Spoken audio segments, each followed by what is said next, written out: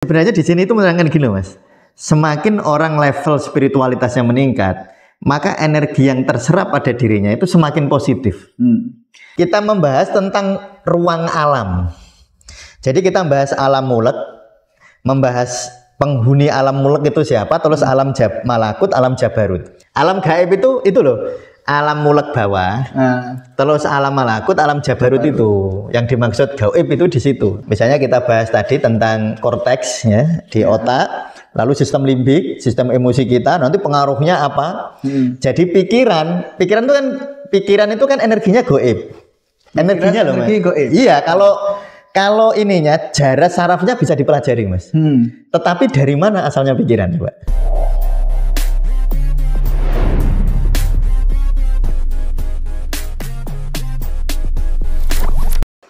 Assalamualaikum warahmatullahi wabarakatuh. Waalaikumsalam warahmatullahi wabarakatuh. Halo teman Sufi, kita kembali lagi di channel Tasawuf Indonesia. Ya. Dan kali ini kita akan membedah buku nih Pak ya? Ya, membedah buku. Membedah buku ya, karya Abah Mustamir juga, yang judulnya Menyerap Energi Gaib. Di buku ini ya menghadirkan cara-cara terserapnya energi gaib ya. Ya. Nah, mungkin dari teman-teman Sufi ini agak bisa dijelasin dulu lah Pak, energi gaib itu energi seperti apa sebenarnya yang kita bahas di buku ini. Ya, jadi begini ya Mas Fatih ya. Kan beberapa hari ini kan banyak yang memberi buku ini ya di marketplace kita ya.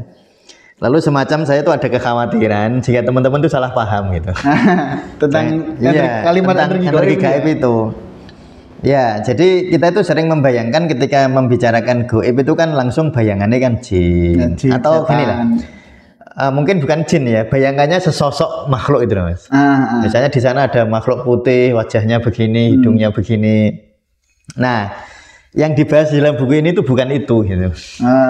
Jadi kalau nanti saya berharap jika teman-teman membeli buku ini nanti tahu dulu isinya, ya, dan biar nanti nggak kecewa gitu. Karena dulu Mas, ini kan buku terbit tahun 2017, sudah lama ya.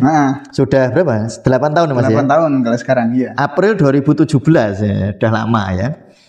Nah, itu dulu para pembeli yang dulu itu banyak yang nanya saya begini. Itu nanti ada wirid atau zikir atau puasanya biar membayangkannya kayak sinetron itu loh. Jadi kalau begini terus energi gaibnya ada cahaya masuk, ada macam-macam ya. Nah, itu kekhawatiran saya nanti salah pahamnya di situ.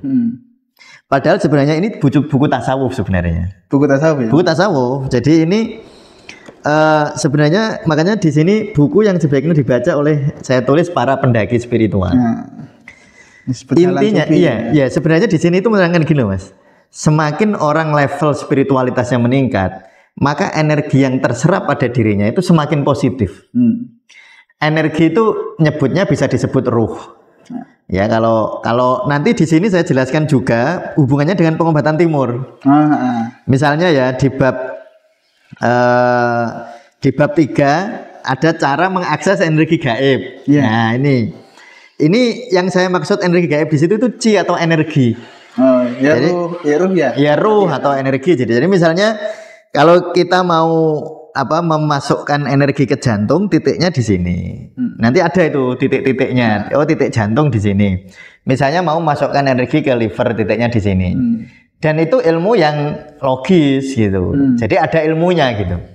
Nah, sehingga tadi Mas Fatih saya tanya yang disebut energi gaib itu apa? Gaib itu yang kita maksud adalah energi dalam bentuk chi itu. Chi-nya tadi. Ya, jadi kalau Mas Fatih sudah pernah saya ajarkan ya. Jadi yang paling substil dalam diri manusia kan ruh. Lalu memadat menjadi energi. Energi itu kalau orang dia nyebutnya prana, kalau orang Jawa nyebutnya nyowo gitu ya, kayak gitu itu. Terus memadat menjadi saraf. Nah, di atas saraf ini goib. Energi itu goib. Maksudnya artinya goib itu tidak terjangkau oleh indera gitu loh. Itu tadi indera itu dianggap goib. Jadi definisinya begitu. Jadi bukan goib dalam artian sosok-sosok goib gitu. Jadi goib dalam artian energi, ya. Makanya disebut energi yang goib, energi yang enggak terindra. Yang paling bisa dijelaskan itu Mas. Jadi kalau di kedokteran paling puncaknya saraf. Saraf itu setelah saraf atau energi belum ada alat untuk meriksa chi. Atau misalnya di sini titik selaput jantung. Kan selaput jantung itu meliputi jantung, tapi titiknya di sini. Nah, ini kan secara kedokteran nggak logis. Tetapi secara kedokteran timur ada ilmunya. Kitabnya tebel-tebel dan saya bukan sering ya, memang keseharian saya baca itu gitu. Nah, sehingga nanti uniknya gini Mas Fatih. Ketika orang level energinya naik, level dirinya naik, level spiritual lah. Maka nanti energi yang masuk atau chi yang masuk atau prana yang masuk atau nyowo itu semakin positif. Karena nanti banyak energi negatif. Contoh, ini contoh ya. Orang kalau marah energinya negatif, Mas. Ya. Nah, kalau orang energinya cukup kuat atau level spiritualitasnya cukup baik, misalnya dia level mulhama, nafas mutmainnah misalnya, maka orang misalnya di sebelahnya marah, kemarahan yang menimbulkan energi itu tidak mengganggu dia, nggak terserap. Tapi orang-orang yang energinya sangat positif atau level spiritualitasnya positif, dia duduk di sebelah pohon, ya pohon. Nanti energi dari pohon, energi loh ya. Jangan bayangin sosok. Kayak bayangin sosok nanti halusinasi itu. Malah penunggu pohonnya. Malah penunggu pohonnya nanti. Wah, itu malah repot nanti. Karena semuanya itu energi sebenarnya, gitu loh. Semuanya itu energi dan kita nanti semakin level energi kita semakin meningkat, maka energi yang terserap semakin positif. Jadi yang nggak positif akan tertolak, yang positif akan terserap. Nah, ini bahasa energi loh ya. Memang dulu waktu banyak pembeli buku ini dulu ya nyun sewu banyak yang membayangkannya begitu. Jadi energi gaib itu dibayangkan kayak nyun sewu ya. Wah, ini ada wali. Wah, datang lalu kayak sinetron itu. Wah, ada sinar masuk dalam tuh. Sinar gitu. Ya kalau sinar itu malah itu fisika, Mas. Malah bukan goib, ya enggak? Kalau cahaya yang kita maksud adalah cahaya yang warna putih atau cahaya lampu begini, itu fisika malah. Itu bukan goib kalau itu mah. Nah, jangan diindra kan ya? Itu ya bukan, malah bisa diindra. Nah, makanya saya sangat menganjurkan buku ini dibaca oleh siapa saja sih cocoknya. Karena buku ini tuh sebenarnya isinya kedokteran, Mas. Kedokteran. Ada tentang, kita bahas tentang kedokteran. Itu kedokteran timur atau barat dan timur? Barat dan timur. Oh iya, jadi misalnya di bab berapa ya? Ini saya kasih contoh lah ya. Di bab mana ini? Sebentar. Di halaman 102 misalnya ada tinjauan anatomi. Anatomi kedokteran, jadi ada bahas gelombang otak. Sekilas lah ya. Titik God spot di dalam otak, neokorteks, korteks gitu. Terus otak kecerdasan loh, ini kan ada ini, saya bahas lobus frontalis, nah itu ada gitu. Jadi ini ada ilmu kedokterannya. Lalu ada ilmu fisikanya. Fisika itu maksudnya fisika energi itu. Fisika kuantum. Fisika kuantum kurang lebih begitu, tapi nggak ada tulisan fisika kuantum loh ya. Ya. Jadi nanti lalu ada psikologi. Nah, makanya di sini saya kutip juga misalnya psikologi behaviorisme, psikologi transpersonal. Nah, ini di halaman 22 ini ada transpersonal ya. Lalu saya bahas juga psikologi humanisme. Nah, jadi ada psikologinya juga dan ada spiritual jelas. Karena buku ini sebenarnya buku tasawuf sebenarnya. Cuma saya ingin mempraktiskan itu. Ya, saya ingin mempraktiskan, maka buku ini layak dibaca oleh para pendaki spiritual. Ya, kalau kiai ya bagus yang baca buku ini. Ini nggak ada Mas, nggak ada rajah, nggak ada. Jadi di sini nggak ada rajahnya apa amalan apa, hizib apa, nggak ada di sini ya. Jadi ini nggak bahas itu. Lalu para terapis tradisional kayak Mas Fatih ini sangat saya anjurkan biar memahami energi. Misalnya Mas Fatih itu kalau jadi terapis lebih mudah sawanan. Sawanan itu sebenarnya terserapnya energi, bukan kemasukan jin. Jin dalam artian sosok ya, tapi sawanan itu ketularan energi positif dari emosi yang negatif, ketularan energi negatif dari emosi yang negatif. Nah, psikolog, motivator, dokter, perawat, ya ini buku ini saya kira cocok lah dibaca mereka. Yang nggak cocok kalau yang ingin mendapatkan rajah, mantra, hizib di sini ya nggak cocok kalau pengen itu. Wangsit ya jangan di sini. Nah, ini nggak cocok buku ini ya. Nah, kita akan bahas Mas, identitas buku ya. Jadi buku ini itu terbit tahun 2017 tadi sudah saya sampaikan. Saya tulis, sebenarnya saya tulis lama Mas Fatih ini. Mungkin 2010-an cuma belum sempat saya berikan ke penerbit untuk diterbitkan. Ya, jadi ini sudah lama saya tulis. Jadi mungkin pemahaman, karena ini tulisan saya 15 tahun yang lalu, mungkin ada pemikiran-pemikiran saya yang berubah, bisa juga. Kan itu biasa kan. Nah, jadi kalau nanti teman-teman membaca buku ini mungkin melihatnya kok agak berbeda dengan konsep saya hari ini, itu baik. Tapi secara garis besar nggak berubah. Tetapi secara rinci bisa berbeda ya. Ada berapa halaman Mas Fatih ini? Di sini 228 halaman ya. 228 halaman, lalu kita bagi menjadi 4 bab ya. Bab pertama ya, kita bahas kilas-kilas tentang babnya ya Mas ya. Bab pertama pendahuluan tentu saja ya, atau pertama kita ada pendahuluan. Pendahuluan itu semacam ini Mas Fatih, semacam ringkasan buku ini. Ya. Jadi Mas Fatih kalau baca buku itu biasakan membaca pendahuluan. Kalau ada penutup, baca penutupnya. Sehingga kita sejak awal sudah tahu buku ini bahasa apa. Sehingga nanti wah ini cocok apa enggak, itu kelihatan di ininya, di pendahuluan dan penutupnya. Nah, lalu bab kedua kita membahas tentang ruang alam. Jadi kita membahas alam mulek, membahas penghuni alam mulek itu siapa, terus alam malakut, alam jabarut. Sebenarnya alam itu banyak Mas. Cuma yang saya bahas di sini itu hanya 3. Sebenarnya kan ada alam lahut namanya. Kan alam materi itu disebut alam mulek. Lalu alam psikologis kita sebut malakut. Lalu alam rohani disebut jabarut. Yang melampaui itu semua namanya lahut. Ya, yang lahut nggak kita bahas karena memang nggak bisa dibahas itu. Tapi perlu tahu ya bahwa ada. Nah, alam mulek itu alam material. Yang menghuni alam mulek itu jin sama manusia. Cuma kalau manusia dia bisa mengakses sesuatu indranya ya, secara material yang bisa diakses sesuai dengan indera. Ada hal yang nggak bisa diakses oleh indera kita. Misalnya suara. Yang bisa kita dengar suara kan 20 Hz sampai 20 Hz. Suara yang 1 Hz nggak dengar Mas Fatih. Suara yang 25 Hz, 25.000 Hz nggak dengar Mas Fatih. Yang dengar makhluk-makhluk malah. Ya, misalnya ayam itu mendengar kalau dia ada sesuatu yang lewat kita nggak lihat, itu materi sebenarnya, tetap materi cuma di luar indera kita. Nah itu yang disebut jin itu sebenarnya di situ. Oh gitu Pak. Yang di alam, di sesuatu yang makanya jin itu maknanya kan di balik sana. Gampang melampaui indera kita. Iya, di luar indera kita. Di luar ya. Di luar kemampuan indera. Beda dengan melampaui ya. Di luar kemampuan indera kita. Contoh, Mas Fatih itu yang visual atau mata kita itu terbatas Mas. Nggak bisa melihat semua warna loh. Nggak bisa lihat.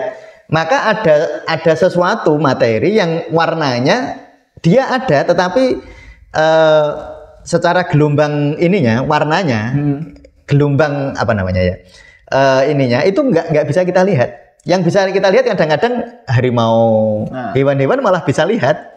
Makanya kalau kita lihat cek hadis-hadis itu banyak yang menyiratkan hal-hal semacam itu. Ya. Jadi alam mulek itu isinya manusia dan jin. Nah, cuma kalau jin itu saya nyebutnya di situ alam mulek bawah. Maksudnya sesuatu yang nggak bisa kita indera. Nah, itu jin. Lalu ada alam malakut nanti. Alam malakut isinya malaikat. Itu saya sebut alam psikologi malah. Alam psikologi. Alam psikologi saya nyebutnya. Ya, mungkin banyak yang nggak setuju sih. Tapi saya nyebutnya begitu. Lalu ada alam jabarut, isinya Jibril. Isinya Jibril. Ya, itu alam ruhaniyah. Alam ruhaniyah. Ya, nah itu nanti kita bahas di bab 1. Ya. Insya Allah minggu depan kita bahas ini ya. Kita akan bahas bab 1. Kita akan bab 1 nanti minggu depan. Lalu bab kedua, level nafas. Ya, ini sudah sering sekali kita sebut.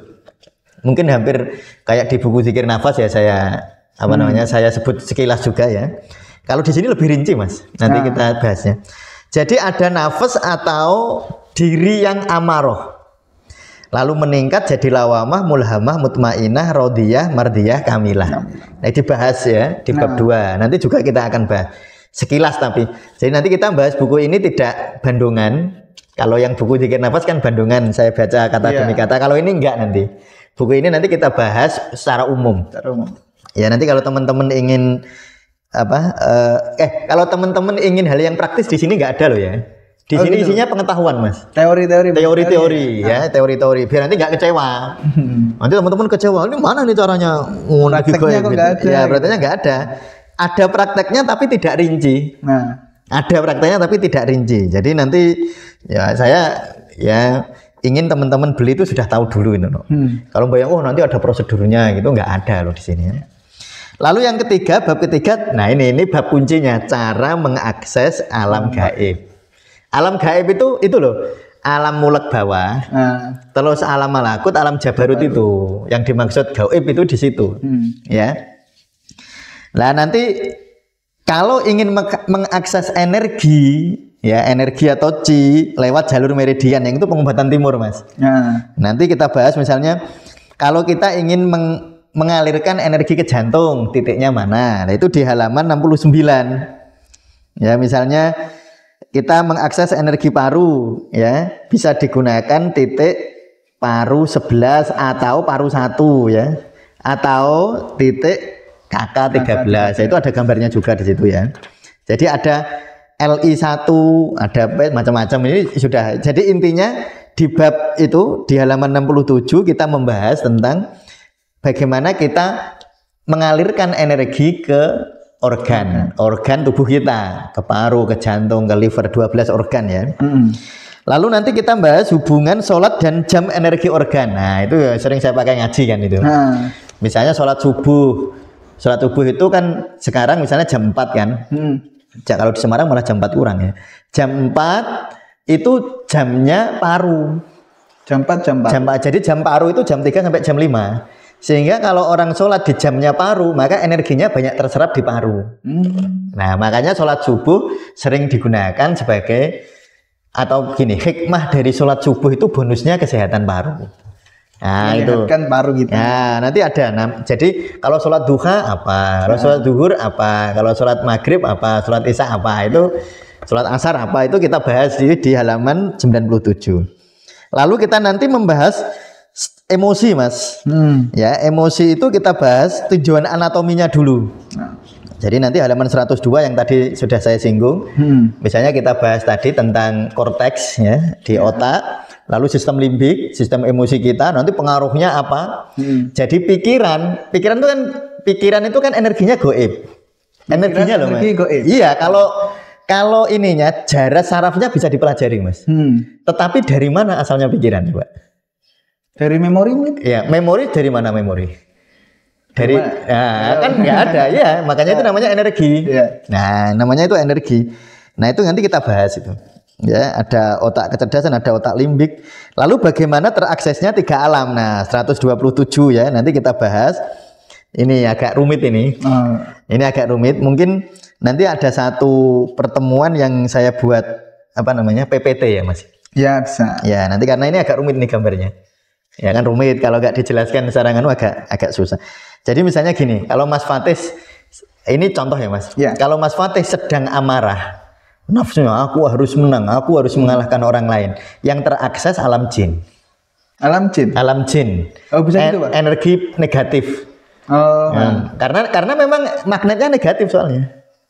Kalau Mas Fatih level nafasnya meningkat jadi mutmainnah, Mas Fatih terakses alam malaikat. Nah, kalau Mas Fatih nanti ke Kamilah, Rodiyah, Mardiyah, Kamilah, nanti Mas Fatih terakses energi dari alam Jabarut, dari Jibril. Tapi jangan barengin Jibril sosok terbang gitu loh ya. Lu jangan biasakan kayak gitu. Dijelasin hati spesial itu ya. Iya, itu memang apa ya istilahnya ya.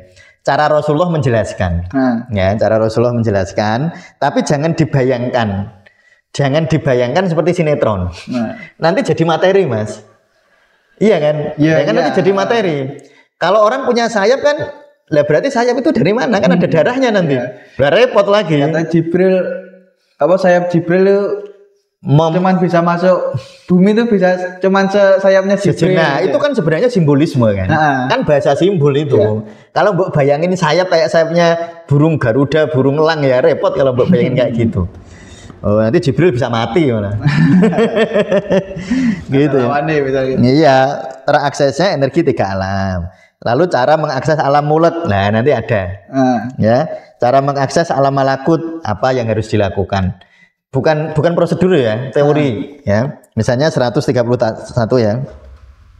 Cara teraksesnya alam mulek itu adalah dengan meningkatkan Mas Fatih emosinya positif, itu akan mengakses alam malakut. Nah, jadi kalau Mas Fatih itu penuh kegembiraan, sukacita, itu Mas Fatih itu akan terakses nyambung dengan alam malakut. Maka orang yang sukacita itu energinya makin positif.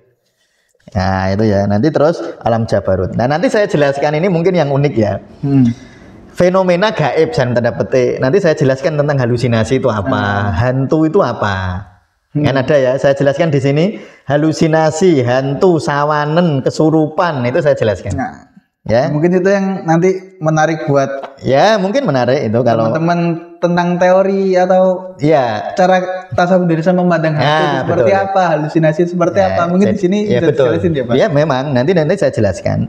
Jadi, halusinasi itu apa sih kalau di tasawuf Indonesia gitu. Kalau hantu itu apa sih di tasawuf Indonesia? Iya.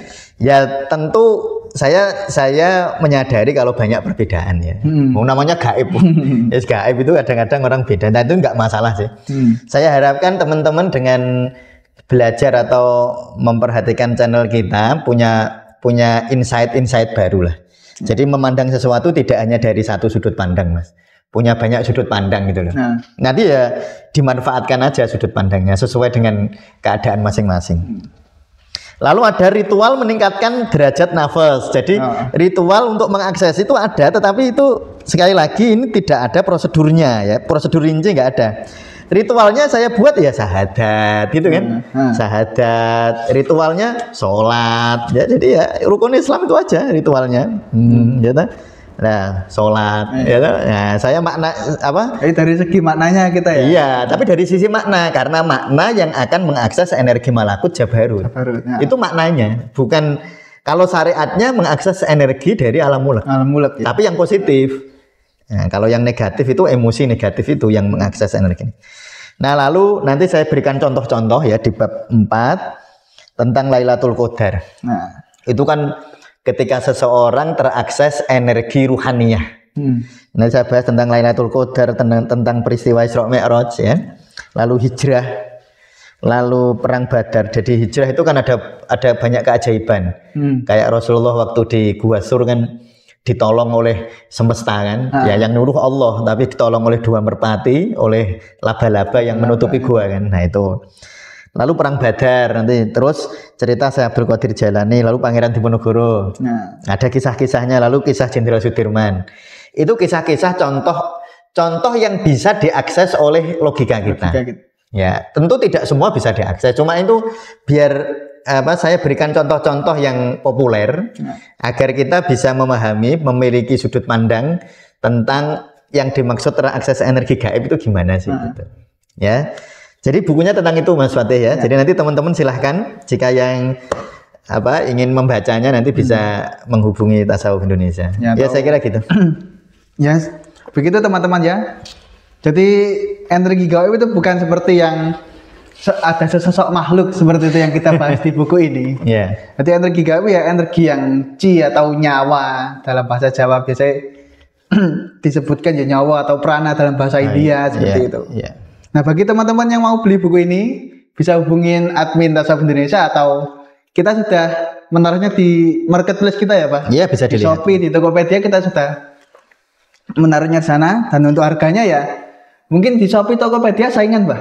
Ada perbedaan harga nanti di sana. Oh iya toh. Nah, biasanya kan ada diskon dari Shopee atau diskon dari Tokopedia sendiri. Oh iya. Yang bisa dicek secara berkala buat teman-teman. Iya. Dan nanti kan episode kita selanjutnya tentang buku menyerap energi gaib. Assalamualaikum warahmatullahi wabarakatuh. Waalaikumsalam warahmatullahi wabarakatuh.